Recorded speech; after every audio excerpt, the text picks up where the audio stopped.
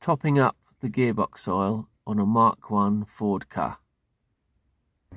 You will require a flathead screwdriver, a 10mm spanner, gearbox oil 75/90, a funnel, a rag maybe, and gloves, because you should never attempt anything without the gloves. Step 1, we're going to remove the air box. This is just a resonator, it's not really connected, so you can just pull it off with your hand like so. Put it somewhere safe. Step 2, you can take this out without any tools. You just have to undo this breather pipe from here, put it somewhere safe, don't forget it later. This is attached, well, it just sits in here, and it sits in two plastic pins in two rubber grommets back here. But you do need to undo this. That's when you need your flathead screwdriver. So you're going to just undo this clip. You don't have to undo it all the way, just loosen it like that. Put your screwdriver somewhere safe so it doesn't go anywhere. Pull this off, edit.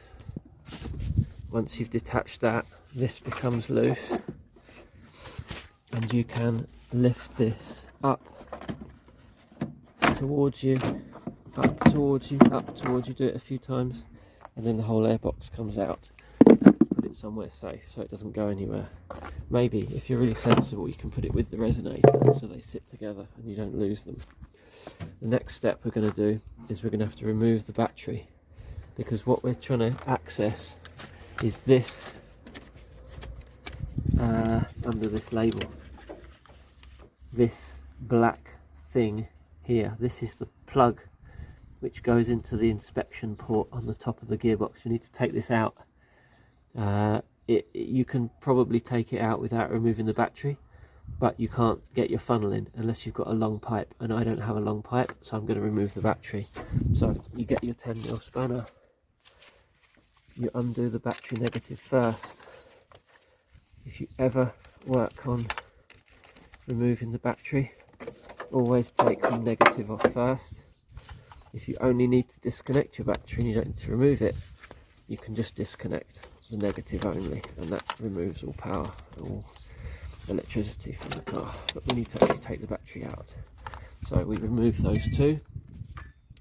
This has got a strap holding it in, so I'm going to undo the strap now. Okay, the strap is, well, not removed but loosened and just put down in the front here. Now I can just flip that handle up and remove the battery, and I'm going to put it somewhere safe so I don't lose it. There we go. Now there's two just little things, like two little platforms here. You can take those out, put them somewhere safe so you don't lose them. Now you can get better access to this. I'm not entirely sure. I think this is the clutch, hydraulic clutch. It's right in the way of the plug. Okay, I'm not sure if you can remove this. I don't know enough about how this clutch works, but it must be hydraulic, right? So I don't want to go removing this because it might need bleeding. So you just can move it out the way. Don't push it too hard, you might damage it. Get your fingers around the black. This is it, this is it. Maybe yours is more dirty. I had this off earlier, so I cleaned it up. So yours might be more dirty and hard to see, but it's here. You can get your fingers around it and just gently pull it upwards. Now the battery tray, this is in the way, so you can't pull it directly up and out. You have to pull it up most of the way, and then you have to tilt it over to the side like this, get it a bit under the battery tray like that, and then you can kind of rotate it and get it out probably this way. So that's what you're removing. Okay, put it somewhere safe and put it so that this top part, this oily bit here, doesn't get dirty. Put it somewhere safe, get your oil, get your funnel. So I have to separate these funnels because they are 3-in-1. So I'm going to separate my funnels. Got my nice pink funnel. It fits in the hole. Let's see if I can make sure you can see. It fits in the hole like this. Well, you can get the idea. Okay. Now top it up. Well, you don't need to see me do this. The only thing I would say, actually I'm going to film it, do it slow. Gearbox oil is pretty thick. So if you go and chuck a load in, it will all come up the funnel. You have to do it quite slowly. So I already put in half a litre. See how it's very thick? I put in half a litre earlier today, and I was thinking about how much more to put in, if any. And I've got a feeling this gearbox is quite empty. So I'm going to very slowly put in the rest of this jug, this thing, what do you call it, container? That means I would have put a full litre in. Now, from what I could read online, this gearbox takes 2.8 litres. I'm not sure if that's correct or not. But if it really does take 2.8 and I've just put in 1, or if I do put in 1, whoops, see how it just bubbles up, it's so thick, then yeah, this gearbox may have been super empty, and even if I put 1 litre in, it will still be really empty. Anyway, I'm going to continue doing this and then I'll show you how to put everything back together. Now, I told you to be very careful and slow doing this, and I overcooked it, and you can see what's happened. It's all, now it's come out, it's overdone it, and I was not leaving it long enough for it to blub blub blub down through the funnel. So most of it's gone in the gearbox, but some has gone on the gearbox. So this is when your rag comes in handy, because really you don't want to be leaving that anywhere, like on a public car park floor and all over the gearbox, because the gearbox oil smells real bad. Even fresh, it's got a very unpleasant tang to it, and if you leave it all over the gearbox, when it gets nice and warm, when you drive, you're going to be smelling that stuff inside the car, and that ain't nice, trust me. Gearbox oil is very pungent. So I'm going to do my best to wipe this all up. Probably it won't do very well, but I'll give it a go. So this is why it's always important to have a rag of some kind when you're doing this kind of thing. Right, I managed to clean up some of it. Probably it would do with some brake cleaner or something on there, but I didn't bring that with me to my local workshop. So that's going to have to just be like that for me. I can smell it already, it's warm and I can smell it. Woof. So now we're going to put everything back together. Now while I do that, I will just describe what I'm doing, but it's also good to ask the question, why would I want to top up my gearbox oil? Why would I want to go through all this? Isn't it just something you don't do? Well, so in my case, I showed you at the beginning the kilometres on this car. It's got 170, what was it? I can't remember now. 175,000, something like that.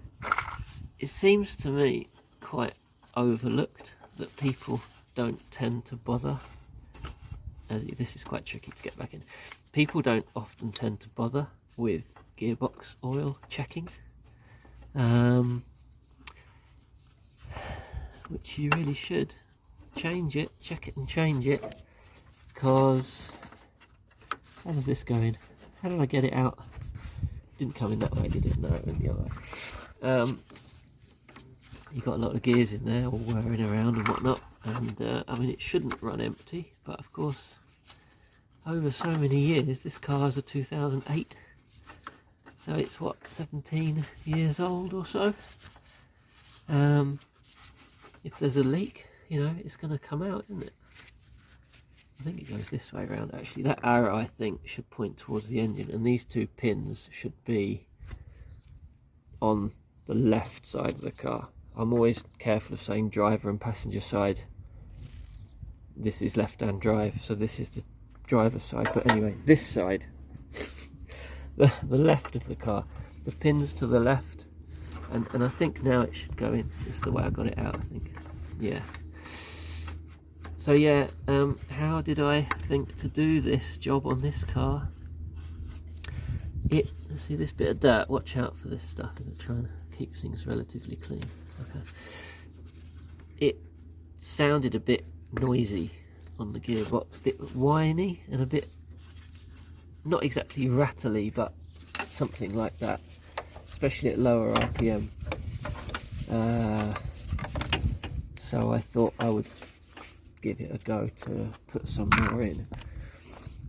The way you should do it is jack the car up, of course, or get it on a lift, and there will be a proper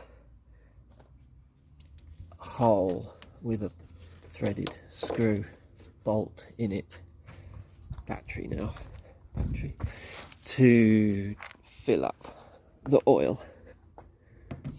And the way you normally do that is you get a nice oil pump, either it's a hand pump or an electric one, with a nice long tube so you don't make a mess, and you fill the oil, well, you fill the gearbox until the oil starts coming out of that filler hole. But that usually means going in through the side, so like you'd have to take the wheel off and go in through here. Now I don't really have the means to be doing that. I don't have an oil pump, I don't have a long tube. I'm just doing it the cheaty way, which is to do it through the inspection hole. For reference, on other cars I've done it through the speedo drive hole or through the reverse light switch hole. Now the reverse light switch on the car, I think, pretty sure it's this thing you can see sticking out here. So there's no way I could get in there, and it doesn't appear to have a speedo drive. I think it works, the speedo works from the ABS sensors. So the battery's back in, but because I was waffling on, I forgot to put the strap on. I'm going to pause and do that now. Battery's secure now, and I've redone the terminal, so I had to take it off and put it back on. Next is the airbox, so we're going to grab that from here where we put it nice and safe. That's the front, that's the top, so it goes in there like that. There's those two pins I mentioned earlier, they go into those two holes, so it's hard to have the camera far enough away, but you have to kind of go like this in an angle, and once you get to a certain point it doesn't want to go anymore because it starts touching that brake line there. So you gotta well, yeah, just keep trying. I mean, you'll get it eventually. Watch out at the front here, because then this wants to get in the way, but you can then line up the pins. Can you see them? Oh, just about. Don't know if I can zoom in. Well, you can maybe see them. Just line them up and then push the whole thing kind of backwards. That one goes in there. That one goes over this tab, like something like this. I mean, it's not going to go anywhere anyway, is it? So then you can just put the intake pipe back on, bring that round so you can access it with the screwdriver. Get the screwdriver from where you left it. Do this up again. A bit hard with one hand because it wants to move, but we can make it work. Okay, let's get that tight. Don't go nuts on it, just make sure it's about that tight. Now, resonator box goes on top. That's where we left it here. Again, this pushes on. It just sits on top. Really. There's no attaching it. You just sort of push it on like that. That's it. Have a quick think about everything you touched. Make sure that you've got everything back. Our little plug is back on the gearbox. Battery's secure again. These are both tight. Airbox is on. That's tight. That's it.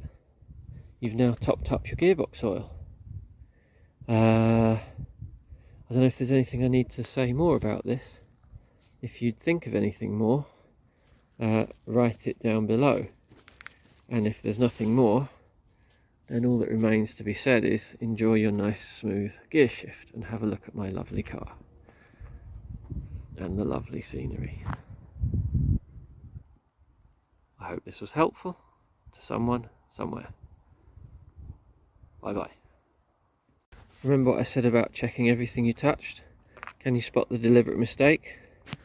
Here I forgot to put the breather pipe back on, so just pop that on and it goes on the airbox there like that. And then the Ford even give you this nice little markers to show exactly where in that clip it should go.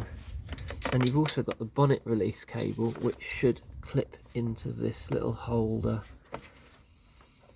like this.